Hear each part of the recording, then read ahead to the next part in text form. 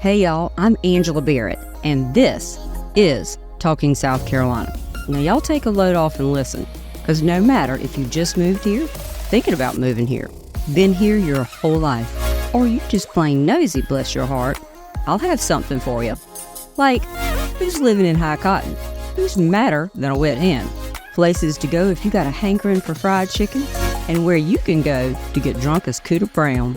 We'll talk pig pickings, cow tipping, tillions, hay rides, who's buttering whose biscuits, what's a case quarter, and lots of other stuff. So stay a while. Y'all, it's gotta be a hoot.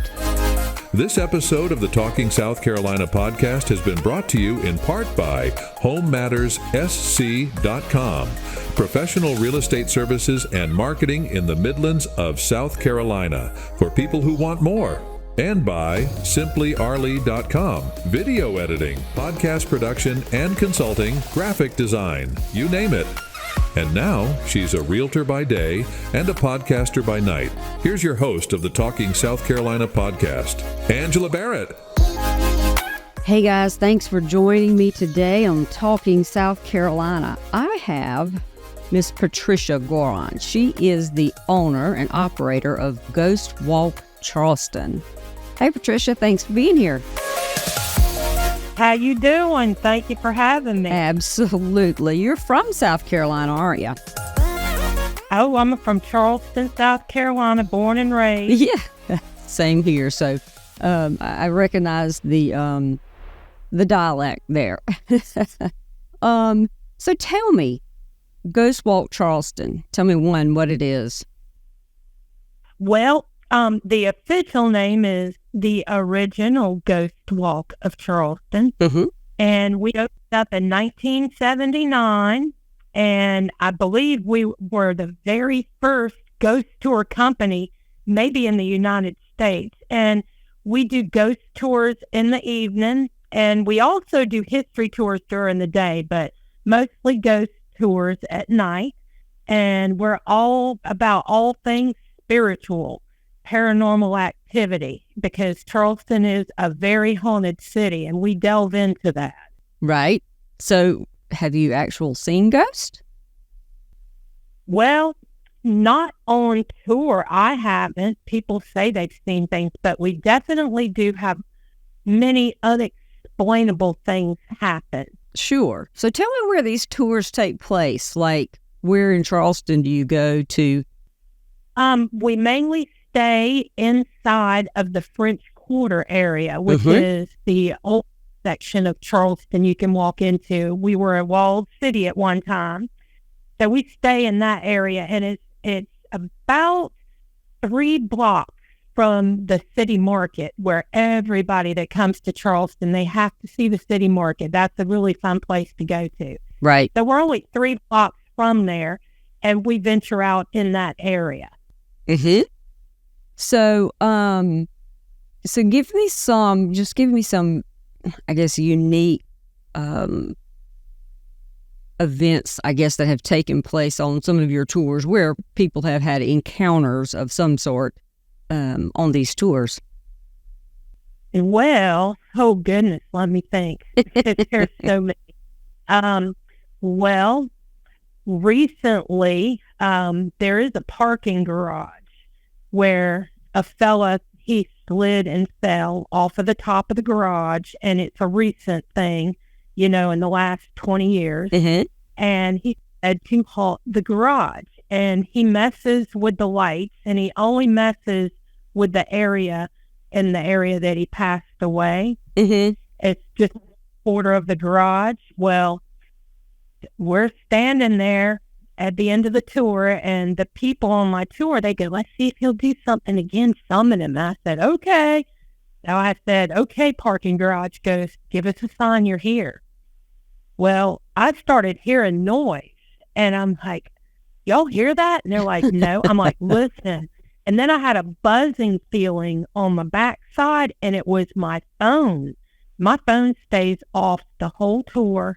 It's not on. I turn it off, not the power, but it's off, iPhone where you have to have Face ID. Right. The doggone phone was on YouTube playing a song. I'm like, this has got to be a sign. I clicked the song playing, and it's called Hello by Q, and I'd never heard of that band, and it's a really good song. And I'm like, he is saying hello. Oh, and my. we couldn't believe it. And I said, well, hello to you. And the outside light on the garage, Right. and the light about fell out. And I'm like, that has never happened. He's very active. So we end up going up on top of the garage after all of this. And as we were on the garage, the picture that I have of them, they were taking pictures. Right. Orbs started flying all around. And they caught it, but they haven't given me the picture yet, which I wish they would. Yeah. So we do have quite unique things that can happen, and I can't explain that. Right. You'll have to get with the South Carolina paranormal investigators and have them come join y'all one time on one of your tours. Yeah, I would enjoy them if they would do that. Yeah. So as a tour, you've been a tour guide now for how long? Legally for 34 years. Right. And when you say legally, there is a licensing for tour guides, although I don't think the laws now require you to, but probably better to go with a licensed tour guide, right? Yes, ma'am. Yes, ma'am. You always had to have a license. So when people come to the city and they take a tour, they know that the person given their tour has credentials and it's been licensed and it's studied real hard and taken the test of the history of Charleston. However, not long ago, just a few years ago, there was a person that could not pass the test, and they said this is a freedom of speech, and it ended up going to the Supreme Court, and now you do not have to have a license, meaning anybody coming into the city can give a tour. They can stand on the corner and start a tour from a corner or from any place that isn't, brick and mortar, and come on a tour with me. And they just do not have a license, and the etiquette is not a thing anymore with tours because it's just something else. I can't get any more into it. Or sure. You don't want to get in trouble, that's for sure. And I don't either, thank you. Yeah. But now, before you, I guess, open this business, I mean, you were working already downtown in Charleston, like with the Old Town Carriage Company, right? Yeah. Actually, I didn't open the business. Ruth Miller, she opened the business. Oh, okay. And I wasn't old enough to even, I was on my bicycle downtown playing, and they opened the Ghost Walk. Well, yeah, when I got old, I did the rickshaw. I was the first girl rickshaw driver in Charleston, now, and wait. I always hung out with the Tell carriages. everybody what a rickshaw is, because unless you're from that area. Yeah. Yeah, a rickshaw is a bicycle taxi, and it's a 3-wheel bike with a carriage in the back.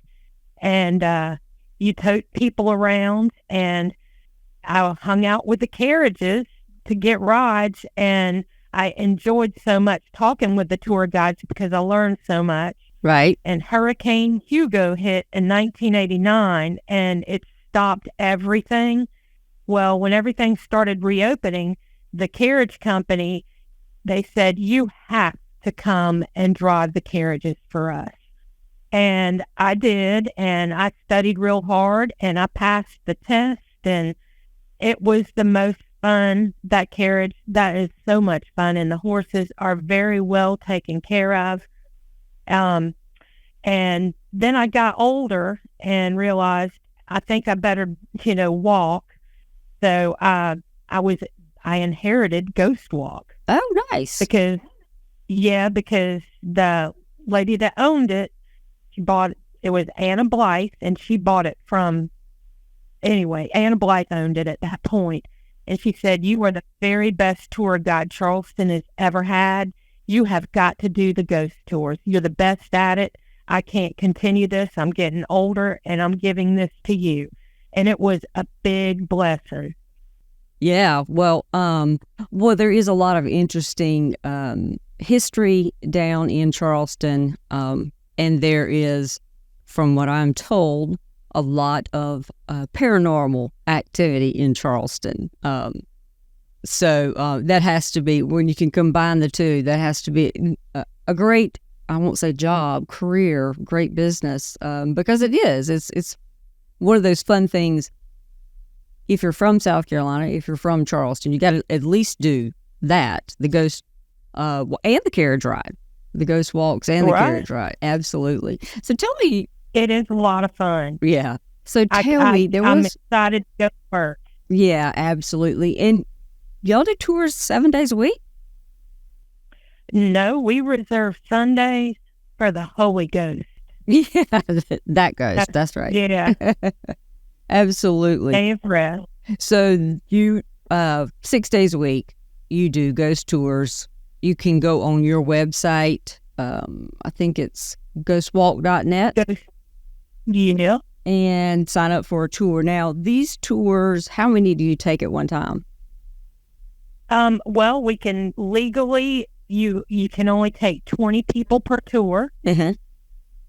And usually we have anywhere from 12 and under that want to go. And on the weekends and, tourist season like June, July, and August, when it is busy, everyone has 20 people on the tour.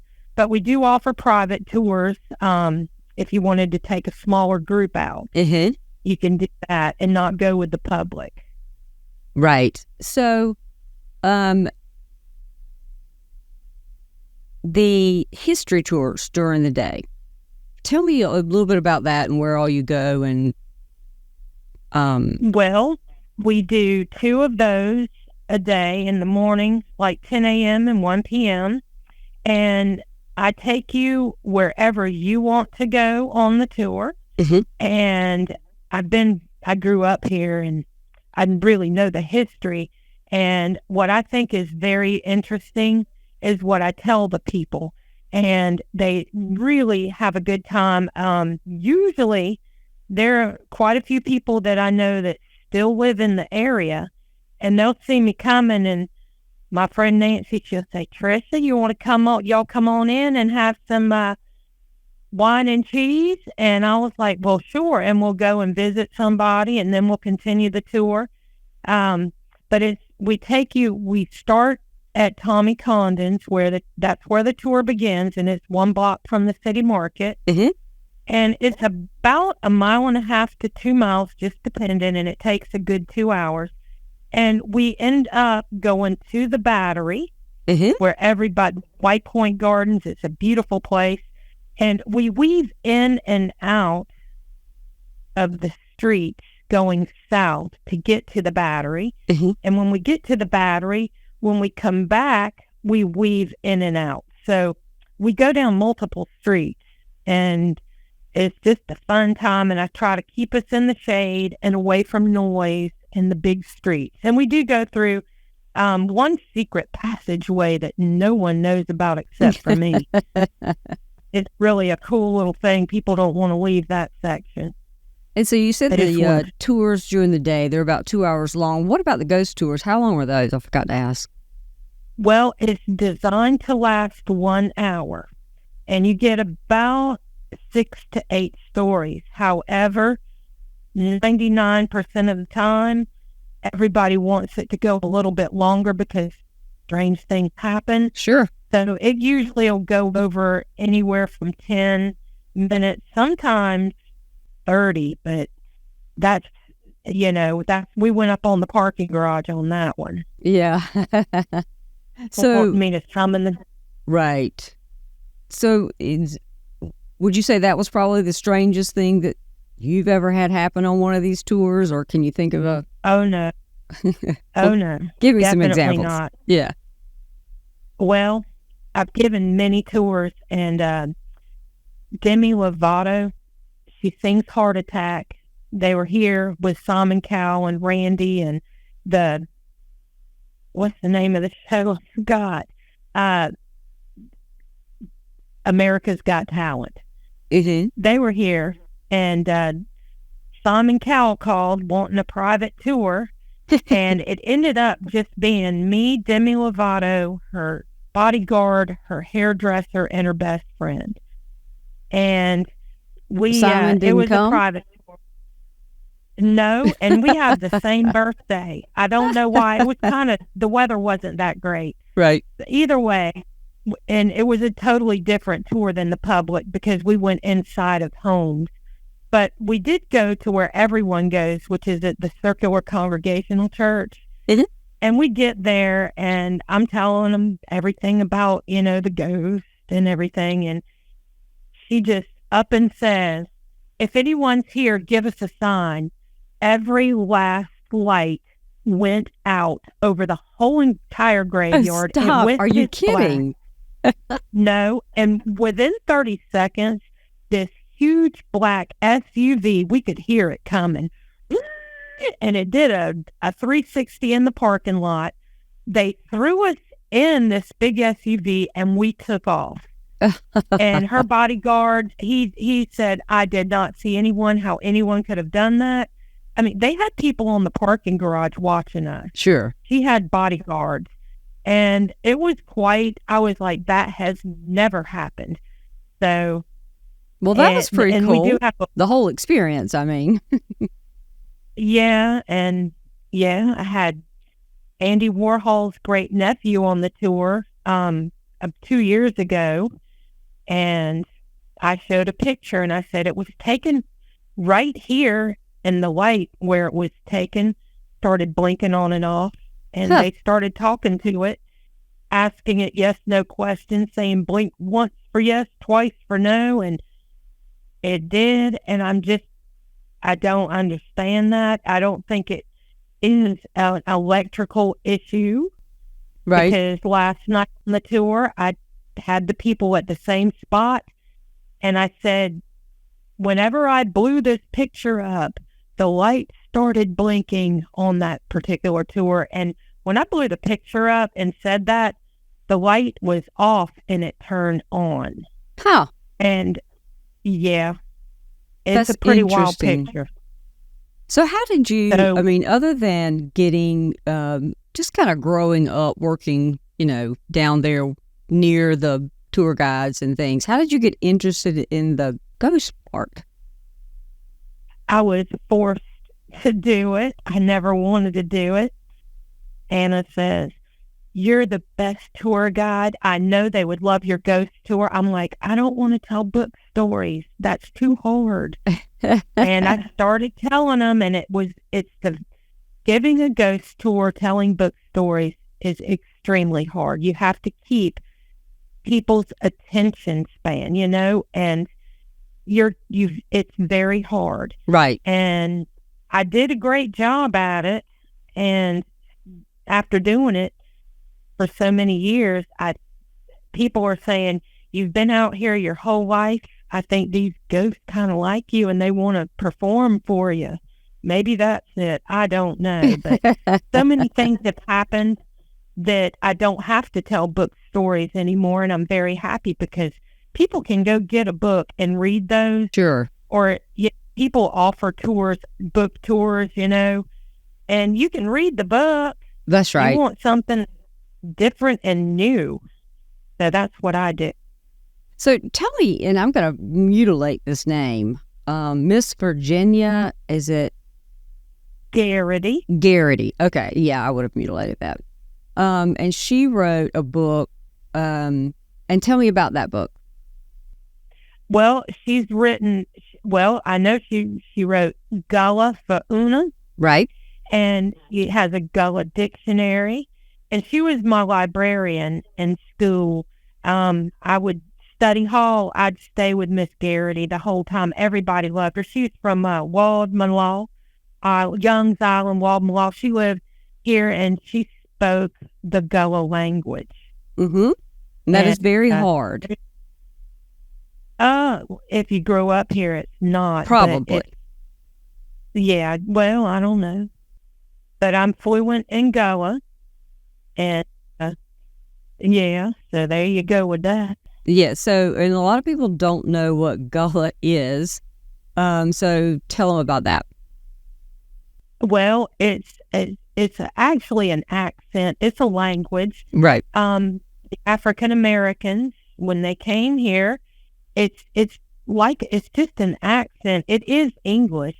Yes. But OOMAN means woman, and it's phrases like up the window means open the window. Great good means oh Lord. Right. They're just it's an accent really, and there's Geechee as well, and it's pretty much the same thing. Right. As Gullah. It's just slang, more slang, I would say. So if anybody has ever had anyone read Burr Rabbit, Burr Bear in the way it was originally written, which would be Geechee, Gullah, right. and if you, it's very, and it's fast talking. So like you and I are very Southern, so we're slow talkers. But when I have heard people who still speak Gullah or Geechee, it's a fast, very fast form, and you have to listen really hard, or at least I did. Yeah, it's well, I wouldn't say it's too fast, but well, maybe it can be fast. Yeah, right. If you don't understand it, you'll think it's fast. I'll Yeah, tell maybe you that. maybe that's it. I just wasn't understanding. But I had a teacher once who could speak it as well, and she and was fluent, and she would always read us, the stories in that language, and you couldn't help but just be enthralled in it. But yes. Yes. All right, so tell everybody how to get in touch with you and okay. and to sign up for a tour. Okay, you can go on the internet and type in ghostwalk.net or ghostwalk.ai. We're in that mode too. Okay. And you can click to call, or you can call us directly at 843-720-8687, and that spells tour. Ah, and cool. there are a lot of the older tour companies will have TOUR for their last four digits. Oh, cool. And yeah, and the area code for Charleston is 843. So make sure you know that when you're booking tours. You don't want to book a tour that's from some other state. You make sure you get a local when you do your tour in Charleston. Get someone who's lived here. And you have a Facebook page, and people can go on and kind of get an idea. It's Ghost Walk Charleston is the Facebook page. Yeah.